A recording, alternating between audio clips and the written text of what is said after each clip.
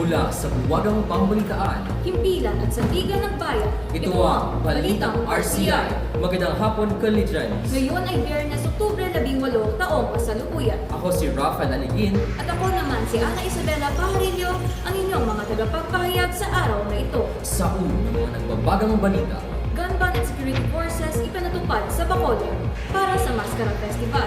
ex-PNP chief tumanggap ng bribe money para makalabas sa bansa Cebu. Nagpapatuloy ang labanan sa pagitan ng Israel at Hamas. Libo-libo ang nasawi. Para sa unang balita, gun ban at security forces ipinatupad sa Bacolod para sa Mascara Festival. Ria Ricanillo Pedro, ibalita mo. Ipinatupad ang gun ban at mahigit 1,859 na security personnel. Karamihan lokal na pulis ang itinalaga para siguruhin ang seguridad sa Mascara Festival na magtatapos sa street dancing competition sa Oktubre 27. Ang maskara na ibig sabihin ay maraming mukha ay nagsimula noong 1980s upang pasiglahin ang Bacolod mula sa sugar crisis at trahedya ng MV Don Juan. Ayon kay Police Brigadier General Jack Wangki, inaprubahan ng PNP ang gun ban matapos ang kahilingan ni Bacolod Mayor Alfredo Benitez. Epektibo ito mula Oktubre 11 hanggang Oktubre 27. Tanging PNP, AFP at iba pang law enforcement sa official duties ang pinayagang magdala ng armas. Nag-request din sila kay Mayor Benitez na maglabas ng executive order para ipagbawal ang paggamit ng drones, lalo na sa malalaking pagtitipon. Nagsimula ang 2 linggong pagdiriwang ng maskara noong Oktubre 11 sa pamamagitan ng Grand Salubong na ginanap sa Bacolod City Government Center. Ayon kay Colonel Joresty Coronica, target nila ang zero crime sa buong festival. Kasama sa mga security personnel ang mga pulis, BFP, Coast Guard, Army at iba pang rescue groups. Nagbabalita, Rhea Ricanillo Pedro. Salamat, Rhea. Samantala, sa mga detalye para sa kalawang balita, ex-PNP chief tumanggap ng bribe money para makalabas ng bansa Cebu. Donalyn Digoma, ibalita mo. Isang manong dating hepe ng Philippines National Police o PNP ang tumanggap ng bribe money para tulungan makalabas ng bansa ang na-dismiss ng mayor ng Bamban Tarlac na si Alice Guo at kanyang mga kapatid.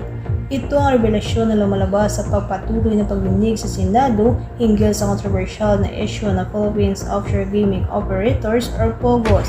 Ngayong Martes, nasisain ni Senator Risa Hontiveros ang mga police official tungkol sa intelligence report na isang dating hepe ng PNP ang tumanggap ng 400 milyong pisong bribe money. Nang tanungin ni Hontiveros hinggil sa intelligence report na kung meron pang ibang mga personalidad ang tumanggap ng bribe, sinabi ng Philippines Amusements and Gaming Corporation o PAGCOR, Senior Vice President of Security and Monitoring Cluster Retired General Raul Meneva na meron nga silang natanggap na informasyon na isang dating PNP ang tumanggap ng pera. Tinanong din ni Senador kung anong assistance ang binigay ng PNP para kay Guo. Ayon kay Villanueva, hindi niya makupirma pa ang impormasyon. Dagdag pa nito, hindi niya rin alam kung sino ang ex-PNP chief na tinutukoy. Ito si Donalyn Digoma, nagbabalita.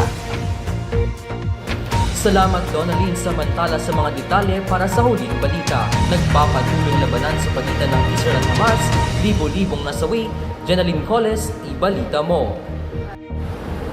Nagpapatuloy ang labanan sa pagitan ng Israel at Hamas matapos ang pag-atake ng Hamas noong ika-7 ng Oktubre.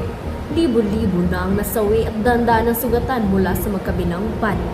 Nagdeklara ng digmaan ng Israel at patuloy ang airstrike at ground operation sa Gaza Strip. Nananawagan ng iba't ibang bansa para sa de-escalation upang maiwasan ang mas malawakang digmaan. Ayon sa United Nations, lumalala ang krisis sa Gaza habang nahihirapan ang mga residente sa pagkain at gamot. Ito si Jeneline Coles, nagbabalita. Salamat, Jeneline, at iyan ang aming nakalap sa mga aksyong pagbabalita.